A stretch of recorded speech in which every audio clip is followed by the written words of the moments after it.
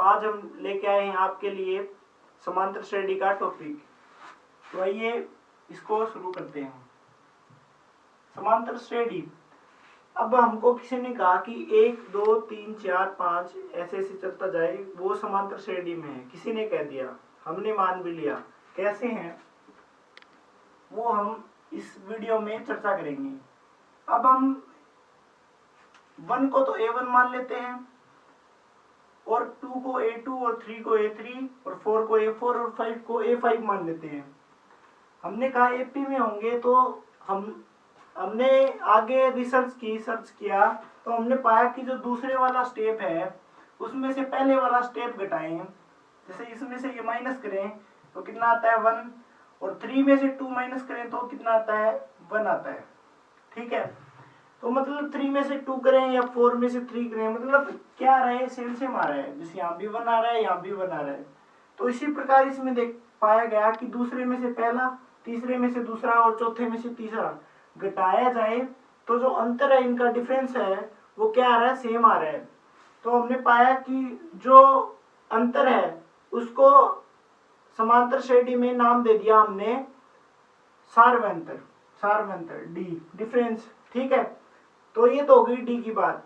अब हम बात करते हैं, इसको क्या कहेंगे, इसको कहेंगे प्रथम पद, इसको कहेंगे द्वितीय पद, इसको कहेंगे तृतीय पद, इसको चौथा पद। इस प्रकार से इसको नामकरण कर दिया गया। जो अंतर है उसको डी से डिनोट कर दिया गया, और जो प्रथम पद है उसको ए से डिनोट कर दिया गया। अब हम बात करते हैं इसके कुछ जो बेसिक है फॉर्मूलाज है उनकी बात करते हैं। अब हमें कोई पूछ ले कि इसका जो nवां पद है, जैसे मेरे को निकालना है इसका चौथा पद निकालना है, तो मैं कौन सा फॉर्मूला यूज करूंगा। जब कभी हमें कोई ये सीरीज दे दे और हमें कह दे कि इसका nवां पद ज्ञात करना है, तो हमको निकालना है Tn बराबर a plus n minus 1 into d. A क्या है, ए है फर्स्ट स्टेप, प्रथम पद, और n क्या है, जैसे पांचों पद निकालना है तो n का मान हो गया 5, और d हो गया हमारा सार्वंतर। ठीक है, अब हम इसको थोड़ा जो मल्टीप्लीकेशन करके कैलकुलेट करेंगे तो हमारे पास कुछ इस प्रकार से आ जाता है a minus d plus n d. इसमें बदलने वाली राशि कौन सी है, कोई सीरीज दी हुई हो तो उसमें a भी फिक्स रहेगा और d भी फिक्स रहेगा। बदलता कौन है, n बदलता है। जैसे तीसरा पद पूछ लिया तो n का मान 3 हो गया, दूसरा पद पूछ लिया तो n का मान 2 हो गया, चौथा पद पूछ लिया तो n का मान कितना हो गया, 4 हो गया। तो बदलने वाली राशि क्या है, n, और n की यहाँ पे पावर कितनी है, 1 है। ठीक है, n की यहाँ पे पावर कितनी है, 1 है। अब देखो हमने एक समीकरण पढ़ी है, x plus b y plus c is equal to 0। यहाँ पे जो चर हैं वो क्या है, x और y हैं, और इनकी पावर क्या है, 1 है। तो हमने इस समीकरण का नाम रखा था रैखिक समीकरण। ठीक है, तो जो nवां पद है वो n की एक घात के रूप में क्या कहलाता है, हमारे रैखिक समीकरण कहलाता है। तो ये nवां पद किसको व्यक्त करता है, एक रैखिक समीकरण को व्यक्त करता है। nवां पद है हमेशा क्या, रैखिक समीकरण को डिनोट करता है।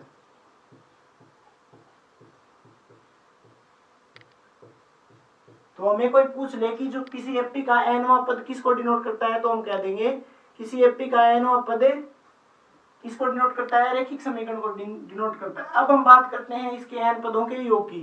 तो इसका जो n पदों का योग है वो हम किस प्रकार से निकालते हैं, Sn बराबर n by 2a plus n minus 1 into D. अब हम इसको कैलकुलेट करेंगे तो हमारे पास कुछ इस प्रकार की जो एग्जाम्पल के तौर पर मैंने यहाँ पे कैलकुलेट करके लिख दिया है, 2an by 2 plus n square d upon 2 minus n by n d upon 2। ये आ गई हमारे पास इक्वेशन। अब हमने एक इक्वेशन और पढ़ रखी है, ax square plus bx plus c is equal to 0।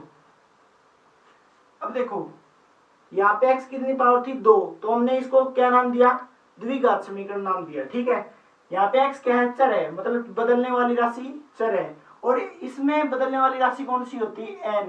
तो n की यहाँ पे मैक्सिमम पावर क्या है, 2 है।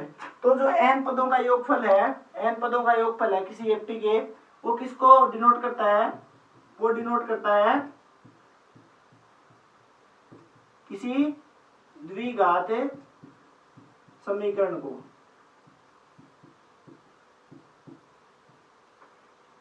अब हम बात करते हैं कुछ आरबीटीज की।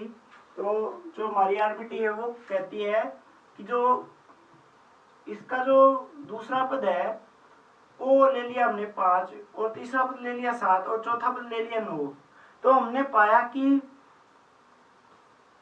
जो तीसरा पद लिया था, तीसरा पद माइनस दूसरा पद अपॉन 3 माइनस 2 अपॉन चौथा पद माइनस तीसरा पद अपॉन चौथा माइनस तीसरा। ठीक है, तो हमने पाया जो इसकी वैल्यू है 7 माइनस 5 कितनी आई 2/1 और इसकी वैल्यू 9 माइनस 7 कितनी आ गई 2/1 इक्वल आई।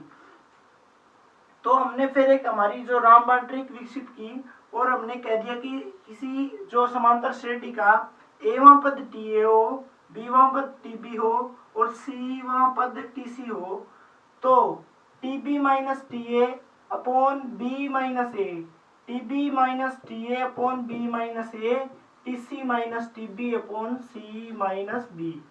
ठीक है, एवां पद टी ए, बीवां पद टीबी और सीवां पद टीसी हो तो ये जो कंडीशन है वो हमेशा क्या होगी, सत्य होगी। तो बात करते हैं हमारी अगली आरबीट्रिक्स मतलब रामबाण ट्रिक की। तो वो है किसी एपी का दूसरा पद हमने मान लिया 1/3 है और तीसरा पद मान लिया 1/2 है। ठीक है, तो आप इसको इस प्रकार समझ लीजिए कि इसका जो पीवा पद है वो 1/q है और क्यूवा पद क्या है 1/p है। मतलब दोनों एक दूसरे क्या है, इनवर्स है। तो हमने पाया कि ए और डी इसका आंसर हमेशा क्या आएगा 2/3 आएगा। ठीक है, आप चेक कर लेना 2/3 आएगा। जैसे हमने पाया था पीछे कि T3 माइनस T2 करेंगे क्या आएगा D आएगा। ठीक है, T3 माइनस T2 करेंगे क्या आएगा D आएगा। तो तीसरा पद दे रखा है हमें 1/2 और माइनस ये दे रखा है T2 1/3। एलसीएम लिया, नीचे आ गया 6 और ऊपर आ गया 3 माइनस 1 कितना आ गया 1/6 आ गया। तो D का मान तो हमारा कितना आ गया 1 - 6 आ गया। ठीक है, 1/2 × 3 आंसर कितना आएगा इसका A और D का 1/P × Q। ठीक है, तो इस प्रकार हमने A और D का मान निकाल दिया 1/PQ 1/2 × 3 1 कितना आ गया 6 आ गया। तो ये बात हमारी सत्य हो जाती है। अब हम बात करते हैं जो इसका TPQ है वो कितना आएगा। जो TPQ कितना हो गया, P का मान है यहाँ पे 3 और Q का मान है 2 तो TPQ कितना हो गया T6 हो गया।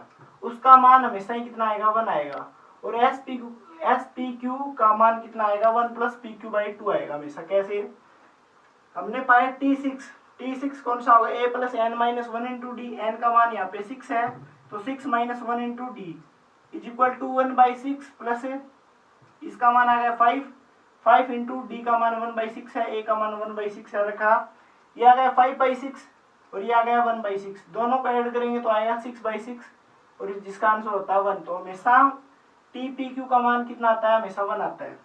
अब हम बात करते हैं SPQ की। तो 6 पदों का योग कितना होगा n/2, n की जगह 6 है 2a + n - 1 n की जगह कितना 6 है इंटू D 6/2। अब देखो a का मान कितना है 1/6 है तो यहाँ पे ये 2a था तो यहाँ पे ये बन गया 2/6 प्लस n - 1 कितना हो गया 5 हो गया 6 - 1 5 हो गया और D का मान हमारा 1/6। इसको ऐड करेंगे कैलकुलेट करेंगे तो इसका जो आंसर निकल के आएगा वो आ जाएगा हमारा 7/2। करके देख लेना। और SPQ हमने कहा था कि इसका आंसर आता है 1 + PQ/2। 1 + PQ का मान कितना है 2 × 3 2 × 3 तो कितना हो गया 6 1 + 6 कितना हो गया 7 और /2 कितना आ गया 7/2 आ गया। तो ये भी हमारी आरबीटी है वो प्रूव हो जाती है। जो नेक्स्ट आरबीटी है वो है कि यदि हमें कोई ऐसे दे Sn = 5n² + 6n, ये n पदों का योगफल कोई हमें दे रखा है। हमने पाया कि जो इसका nवां पद आता है वो कुछ इस प्रकार से आता है 10n + 1।